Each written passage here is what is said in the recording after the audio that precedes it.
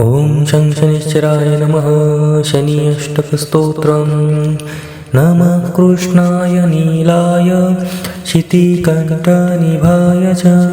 नमः कालाग्निरूपाय कृतान्ताय च वै नमः। नमो निर्मांसदेहाय दीर्घश्मश्रुजटाय च। नमो विशालनेत्राय शुष्कोदरभयाकृते।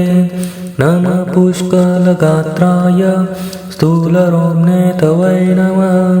नमो दीर्घाय शुष्काय कालदंष्ट्र नमोऽस्तु ते। नमस्ते कोटराक्षाय दुर्निरीक्षाय वै नमः। नमो घोराय रौद्राय भीषणाय कपालिने। नमस्ते सर्वभक्षाय बलिमुख नमोऽस्तु ते। सूर्यपुत्र नमस्तेस्तु भास्करे भयदाय च। अधोदृष्टे नमस्तेस्तु संवर्धक नमोऽस्तु ते।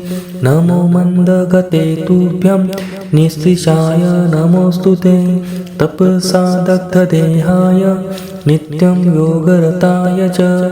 नमो नित्यं शुद्धार्थाय अतृप्ताय च वै नमः।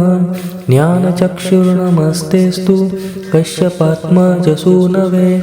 तुष्टो ददासि वैराज्यं पृष्टो हरसि तत्क्षणात्।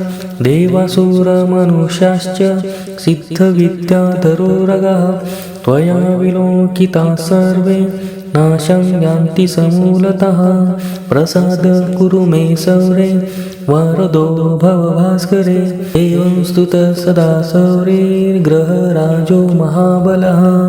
प्रसन्नो यदि मे सौरे वरं देहि ममेप्सितम्।